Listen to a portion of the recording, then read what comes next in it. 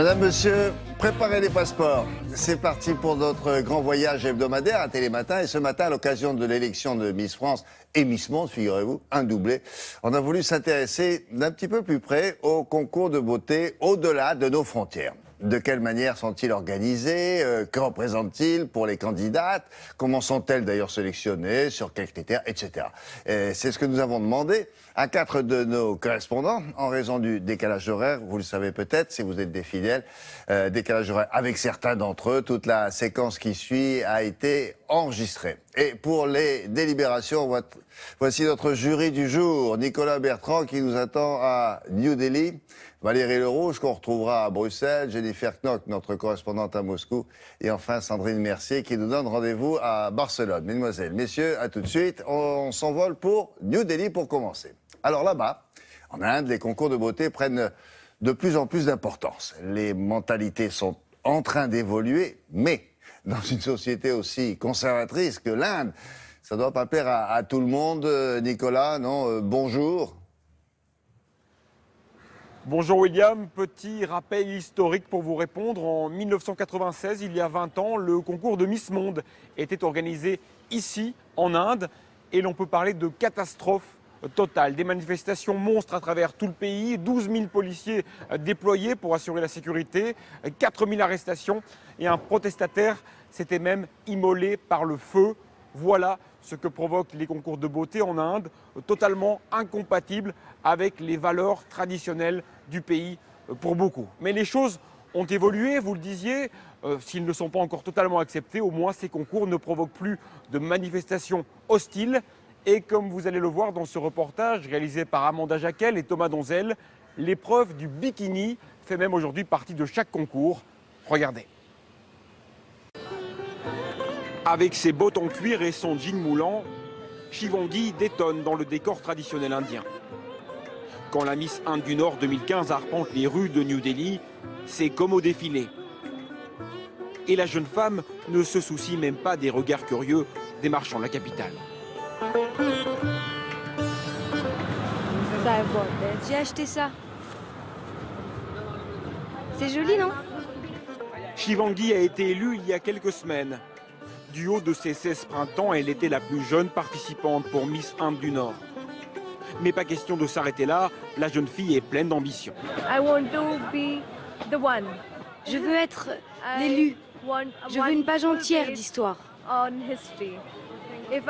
Si je gagne Miss Inde, je tenterai Miss Monde et j'irai même plus loin. Pour vous dire franchement, j'ai une phobie, celle de ne pas accomplir mes rêves. Et mon rêve, c'est de devenir Miss Inde et actrice. Pour y arriver, Shivangi peut compter sur le soutien de sa famille. Dans cette société encore très traditionnelle, vouloir être Miss est souvent mal perçu, surtout par les aînés. Si j'avais eu le soutien de mes parents, moi aussi je l'aurais fait. J'aurais pu être quelqu'un d'autre. C'est parce que mes parents ne m'ont pas aidé que moi, je soutiens ma fille aujourd'hui. Je l'ai toujours encouragée.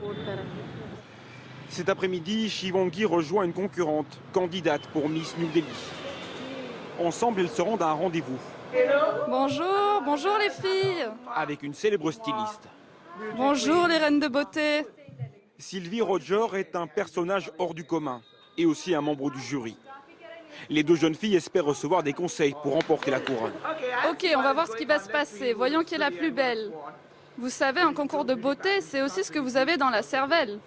Sylvie organise et juge des concours de beauté depuis 25 ans. Elle a pu observer à quel point les critères de mode ont évolué. La beauté indienne s'est beaucoup occidentalisée. Bien sûr que ça a changé par rapport aux années 30 ou 40. Maintenant, les tenues sont toutes internationales. Dans les concours de beauté, l'épreuve finale est même en maillot de bain. Avant, nous étions clairement plus conservateurs. Un père indien ne pouvait pas supporter de voir sa fille exposée comme ça avec un bikini de pièces. Il aurait fait une attaque sur le champ.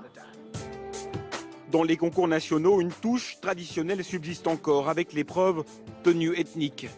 Sari pour les femmes, kurta et turban pour les hommes. Shalini est originaire du nord du pays. La jeune femme de 20 ans est venue vivre exprès dans la capitale pour tenter sa chance dans le mannequinat. loin de la femme objet, elle voit autre chose derrière ce monde de strass et de paillettes. Avant tout, je veux juste dire à toute l'Inde que les femmes sont égales aux hommes. Ne les sous-estimez pas. En tant qu'ingénieur, je vais participer à Miss Inde. Donc je veux juste souligner ça, pour l'émancipation de la femme. Qu'on peut faire tout ce qu'on veut. Et elles ont choisi, monter sur scène, chercher la lumière, c'est là qu'elles veulent être, quitte à bousculer les traditions. Bon, Nicolas, pour terminer, est-ce qu'il y a des spécificités propres au concours de beauté en Inde? Oui, absolument. Chacune des candidates, par exemple, doit passer par un cours de yoga avant de s'inscrire à un concours de beauté. Et ça, c'est bien indien, vous en conviendrez. Et puis, il y a aussi le défilé en vêtements traditionnels, comme on l'a vu dans le reportage, le fameux sari. Mais pour tout le reste, eh bien, cela se passe à la sauce occidentale, avec parfois des absurdités. Par exemple, si vous voulez avoir une chance de gagner, eh bien, il faut avoir la peau la plus claire possible. Les peaux blanches sont plébiscitées ici, un comble. Et puis, alors que les femmes indiennes mesurent 1,55 m en moyenne, il faut être grande, au moins 1,70 m. Vous l'aurez compris, la mondialisation de la beauté est passée par là. Et est-ce que ça fonctionne à l'étranger? Est-ce qu'elles ont du succès à l'étranger, les Miss indiennes? Oui, absolument. Plusieurs Miss indiennes se sont fait connaître internationalement. Il y a eu 2 indiennes couronnées Miss Univers et 5 autres couronnées Miss Monde. L'Inde est le 2e pays au monde le plus titré. Alors leur secret, c'est quoi? Eh bien, les indiennes passent beaucoup de temps à s'enduire le corps de produits naturels, du lotus, du curcumin, de l'abricot ou des dattes. Voilà, c'est le secret de grand-mère que chacune d'entre elles garde jalousement. Cela passe aussi par les cheveux, très noirs, très lumineux. C'est l'atout principal de beauté ici. Et cela marche, car aujourd'hui, la beauté indienne est plébiscitée à travers toute la planète. Merci beaucoup, Nicolas. Alors, suite du concours maintenant, direction Bruxelles. Et dans le royaume belge, pour être élu reine de beauté, on a plutôt intérêt à maîtriser les 2 langues, le français et le néerlandais. Alors, Valérie, donc on a compris, il faut être bilingue. Cela dit, il faut être belle aussi, non?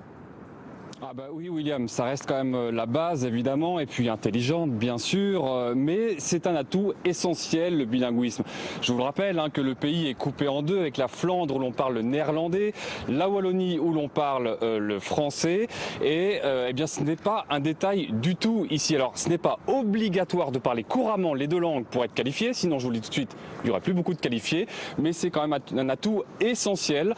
Alors ça peut éviter surtout des psychodrames durant les soirées télévisées et puis des problèmes diplomatiques durant le mandat de la Miss, comme vous allez le voir dans ce reportage préparé avec Céline Gransart et Guillaume Wills. En rouge, les candidates francophones. En jaune, les néerlandophones. 2 langues, mais un seul concours de Miss. À un mois de la finale, les candidates font leur premier pas devant la caméra. Ok. Je m'appelle Marco, j'ai 21 ans. Mijn naam is Lindsay, ik ben 21 jaar. Je m'appelle Ashley. Stéphanie. Sarah, j'ai 20 ans. Tout au long du parcours, les filles sont confrontées aux problèmes de langue, même au cours de danse, exclusivement donné en néerlandais. Iedereen weet wat het midden van de zaal is? Ja? En iedereen kent zijn nummer. Je comprends pas tout des répétitions. Maintenant, les Flamandes ont beaucoup plus de facilité à parler français. Donc on arrive à se comprendre entre nous. Maintenant, c'est vrai que pour les répétitions, c'est un peu plus compliqué pour moi. J'essaie vraiment de me mélanger entre les filles francophones parce que comme ça, on peut apprendre le français. Et c'est bien. C'est mieux qu'à l'école. Être bilingue, pas obligatoire, mais un sérieux atout pour devenir l'ambassadrice de ce royaume coupé en 2. Alors pendant les pauses, les candidates s'entraînent. Car pendant l'élection, le jury peut leur poser des questions dans les 2 langues. Si je dois vraiment parler en français devant le jury, je ferai mon possible. Mais je trouve ça très stressant. Car le problème de langue peut faire virer le rêve au cauchemar. En 2008, cette francophone est interviewée en néerlandais.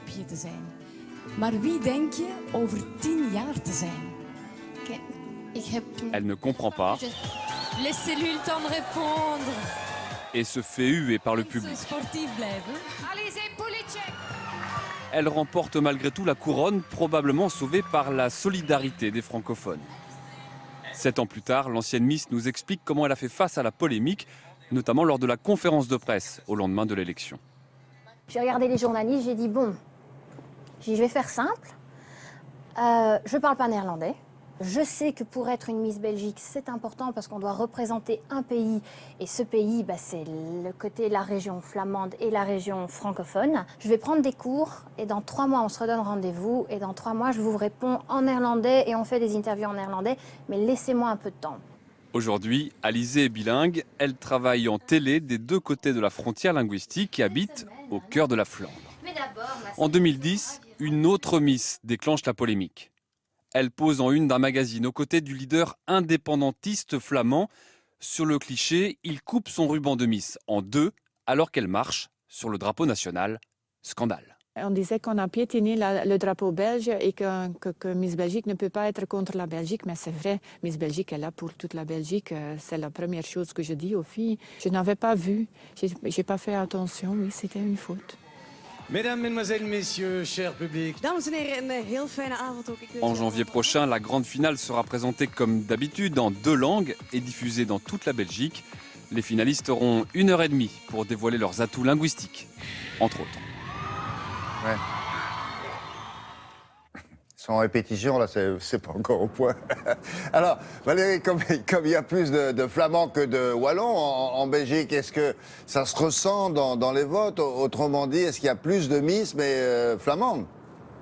Oui, j'ai remonté à 1995. Sur 21 Miss, il y en a eu 13 qui étaient flamandes, 5 wallonnes, et donc francophones, et 3 neutres entre guillemets de la région Bruxelles-Capitale où l'on parle les 2 langues. Alors visiblement, eh bien, la langue a quand même une influence, il y a un peu de chauvinisme naturel et disons qu'à charme égal, eh bien, l'appartenance à la Flandre ou à la Wallonie fait la différence. Là, on ne fait pas la différence en maillot de bain. Là, je ne vois pas les Flamandes ou les Wallonnes. Bon, l'élection de Miss Belgique, cela dit, c'est aussi populaire qu'ici en France, c'est très suivi? Non, de moins en moins, notamment parce que le show télé, honnêtement, il est un peu plombé par la traduction simultanée, les doubles discours comme ça dans les 2 langues, et l'audience est en nette baisse visiblement, même si les chaînes ne veulent pas nous le dire, hein, c'est un peu du secret défense ici, mais les 2 grosses chaînes populaires qui retransmettaient la cérémonie, en Flandre et en Wallonie, ont jeté l'éponge cette année. Ce sont 2 petites chaînes confidentielles qui vont retransmettre la cérémonie en janvier prochain. En fait, des Wallons m'ont même confié qu'eux ne regardaient pas vraiment Miss Belgique, mais ils regardent chaque année Miss France. Oui, bien sûr. Merci beaucoup Valérie, à très bientôt cette semaine. Petite pause dans l'Hexagone, à présent avec Miss Internet, alias Julia du Web. Vous allez voir que le concours Miss France fascine particulièrement les internautes. Ça va se dérouler la semaine prochaine. Il paraît que les pronostics vont bon train sur le net. Exactement. Il y a quelque chose qui a énormément changé avec Internet, William, pour les Miss France. C'est qu'avant, il s'agissait d'une seule soirée. Tout était misé dessus. Aujourd'hui, avec les Miss France, le côté 2.0 est très important parce qu'il se passe énormément de choses avant sur Internet. Et puis toute l'année de la Miss France ensuite est vraiment sur Internet et très très suivie par les internautes. D'abord les comptes officiels, vous avez évidemment Twitter, Facebook et Instagram. Et du coup, vous le disiez, prise de position, carrément même lynchage, pronostic. On va aussi suivre les Miss France, on va tout connaître d'elles, leurs fantasmes, leurs complexes, leurs peurs, leurs rêves. Elles sont vraiment suivies comme des stars et c'est grâce aux réseaux sociaux que ça fonctionne. Il y a quelque chose qui buzz et qui marche bien sur le web depuis quelques années, c'est le quiz de culture générale, le test de culture générale des Miss. À partir du moment où il sort, il est repris dans toutes les rédactions et tout le monde le teste sur Internet, compare ses résultats et donne un petit peu sa façon, voilà, évalue un peu la difficulté du concours, on va dire. Et comment on fait là? Je veux dire, qui répond à ces questions-là? Les Miss elles-mêmes? Alors, les Miss, elles sont soumises à ce test. Ah oui, mais on les voit répondre ou... Non, on ne les voit pas répondre, on n'a même pas connaissance de leurs résultats. Oui, c'est plus facile. Bon, ça c'est pour Miss France et pour les autres concours, c'est pareil, Miss Monde, Miss Univers? Alors, Miss Monde, Miss Univers, on les connaît, on en a déjà beaucoup entendu parler. Ils sont très très vus sur Internet parce que comme ils ne sont pas diffusés à la télévision française, eh ben, c'est sur Internet qu'on va retrouver les informations. Donc on connaît Miss Monde et Mystère, alors, et Miss Univers, mais il y a Mystère dont on parle beaucoup moins, qui est très très dans l'actualité puisque puisque c'est un concours qui va vraiment être un concours de beauté, mais visant à sensibiliser à l'écologie, à la protection de l'environnement. C'est très méconnu en France, alors que c'est quand même le 3e concours mondial. Elle est là, Mystère, c'est une Philippine qui vient de remporter l'élection. Et vous avez aussi, évidemment, parce qu'on est sur Internet, des concours beaucoup plus absurdes. Là, vous pouvez voir un concours qui marche très très bien au Brésil, qui est Miss Plus Beau Fessier. Oui, oui. Vous avez également... C'est bien, vous avez remarqué, elles mettent quand même un bandeau sur les yeux au cas où on les reconnaîtrait. Au cas où. Vous avez également Miss Maternité aux États-Unis, où il ne s'agit là que de femmes enceintes. Vous avez également Miss Chirurgie Plastique en Hongrie. Et vous avez sinon Miss Sœur, qui a été mise en place par un prêtre italien qui n'a pas duré très longtemps, comme vous pouvez l'imaginer. Il a été excommunié. Bon, parfait, merci beaucoup, à tout à l'heure. On poursuit le voyage sur les podiums russes maintenant. Et là-bas, on voue un véritable culte au concours de beauté. C'est presque un devoir national que d'y participer. Et vous allez voir qu'il n'est jamais trop tôt pour tenter sa chance. Démonstration avec vous, Jennifer. Et vous êtes où? Moscou, concours de Miss Beauté. Certaines de ces jeunes filles ont à peine 15 ans, venues des 4 coins de la Russie et parfois issues de milieux très modestes. Toutes rivalisent de charme et se livrent une bataille sans merci. Depuis toute petite, j'ai voulu être Miss. J'ai toujours été mince et grande. On se moquait même de moi à l'école, mais j'ai utilisé ça pour monter les échelons. La mère nature m'a donné la beauté, mon visage, mon corps. Alors je l'ai mis en valeur. Je veux en être digne. Opération séduction. Dans les coulisses, chacune a sa recette. Maquillage aguicheur, brushing affriolant ou œil de biche. Pour ces sylphides, être belle s'assimile presque à un devoir patriotique. Elles font la fierté de la Russie. La femme russe doit être harmonieuse, naturelle. Et cette beauté doit venir de l'intérieur. Et si tu es belle à l'intérieur, ça se voit. Si les Russes sont tellement forts, c'est parce qu'il existe des femmes comme nous, des femmes belles pour lesquelles il faut se battre et il faut vaincre. Un culte de la beauté et du corps largement hérité de la période soviétique. Sur toutes les images de propagande du régime, les femmes devaient être parfaitement proportionnées, sportives et athlétiques. Aujourd'hui, les codes n'ont pas tellement changé. Toutes ces jeunes filles qui rêvent de succès, de gloire et d'argent, cela peut paraître un peu superficiel. Mais en fait, c'est beaucoup plus complexe. Car ici, en Russie, la beauté est une idée éthique, morale, je dirais même philosophique. D'ailleurs, toutes les jeunes filles que nous avons interrogées nous ont déclaré que la beauté extérieure devait toujours être un reflet de la beauté intérieure. Voilà peut-être pourquoi dans toutes les régions, dans toutes les institutions, dans toutes les écoles de Russie, on organise des concours de beauté et cela arrive même jusque dans les prisons. Depuis 20 ans, en Sibérie, il existe un concours pour Miss dans la prison pour femmes numéro 9. Les grandes gagnantes obtiennent même des réductions de peine. Autrefois, c'était un goulag. Dans cette prison pour femmes, loin des podiums et des paillettes, les prisonnières ont commis des crimes et purgent leur peine. Et pourtant, une fois par an, elles aussi défilent et rêvent de devenir Miss. Depuis 20 ans, cette prison organise un concours de beauté Miss Printemps pour permettre aux prisonnières de renouer avec leur féminité. La prison n'est pas une place pour les femmes. Se retrouver ici est une tragédie. Partout, la dépression vous guette. Heureusement qu'il y a un événement comme Miss Printemps. Regagner de la confiance en soi, mais aussi innover, s'adapter. Maria Ibrahimova est l'auteure de ce film. Et si au début elle a été choquée quand elle a entendu parler de ce concours, elle a complètement changé d'avis.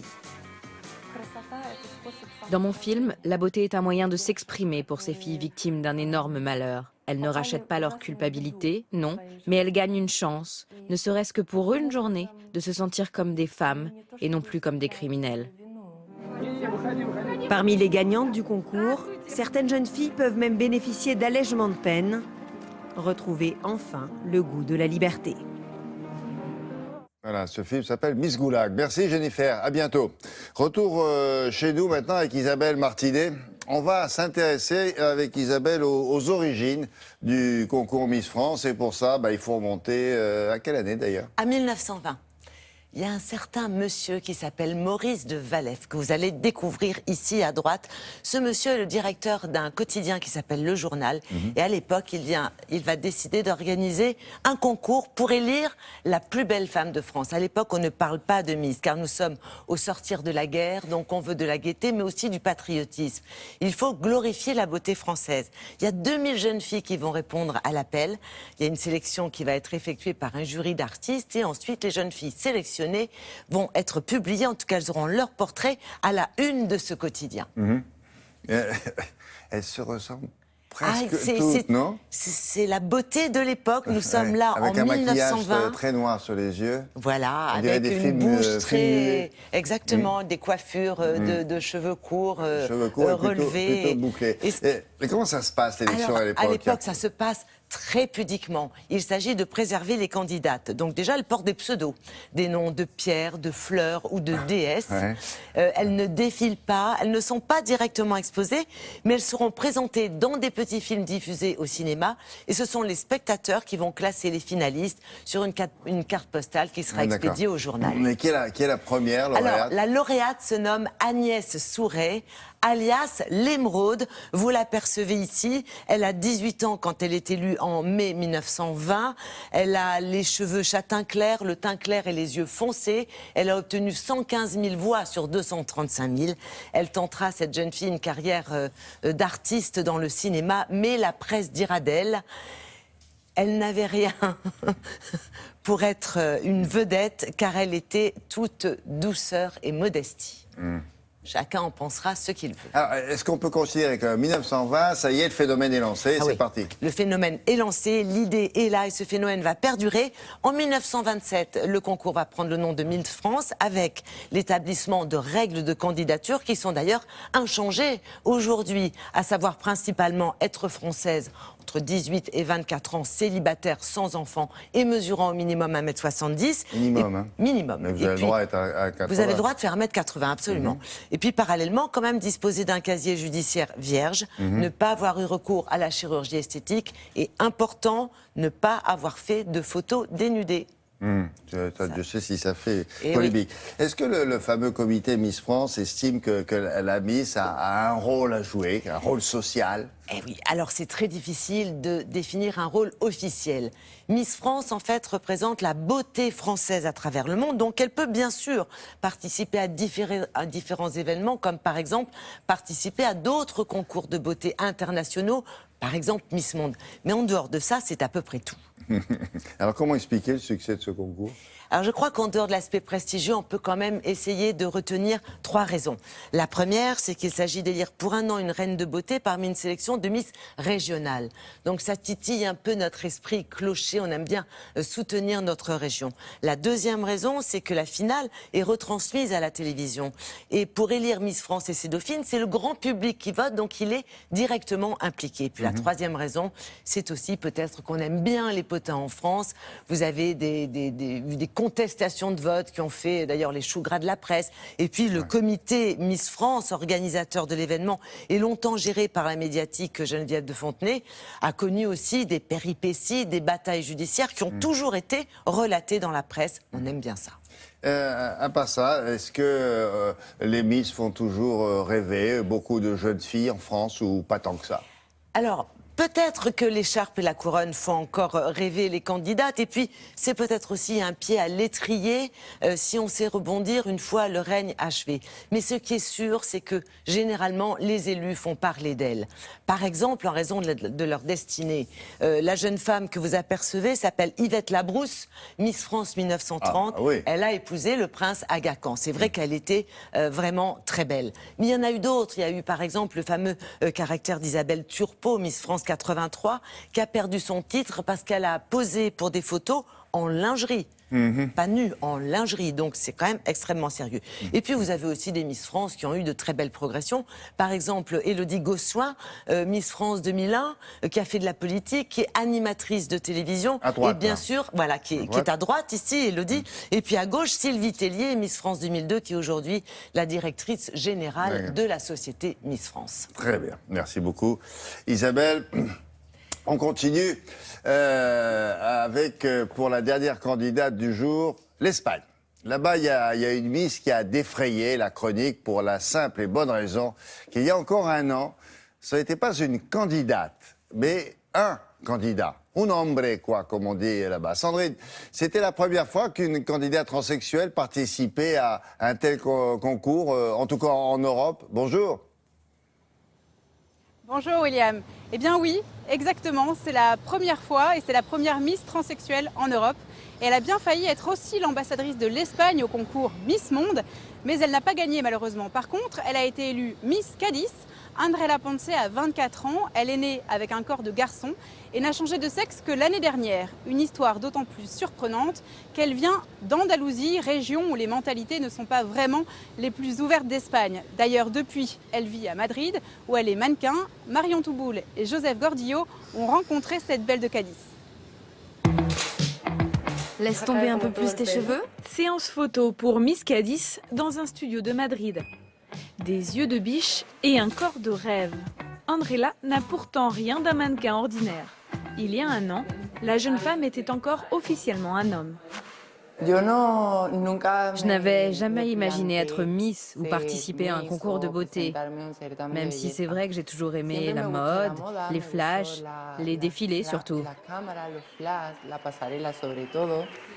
Quand elle se présente au concours de Miss Cadiz sur les conseils d'une amie, Andrela n'imagine pas une seconde qu'elle va l'emporter.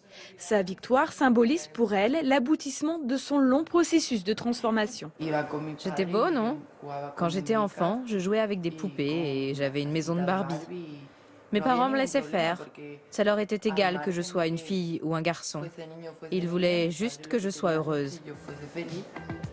Quand elle ne défile pas sur les podiums, Andrela fait les boutiques avec son amie dans Chueca, le quartier gay de Madrid, rendu célèbre par Almodóvar. Elle retrouve chez les Madrilènes l'ouverture d'esprit qui manque parfois chez elle en Andalousie. Je me sens bien à Madrid, et surtout à Chueca. Ce quartier symbolise pour moi la liberté, la diversité. Je me sens à ma place ici.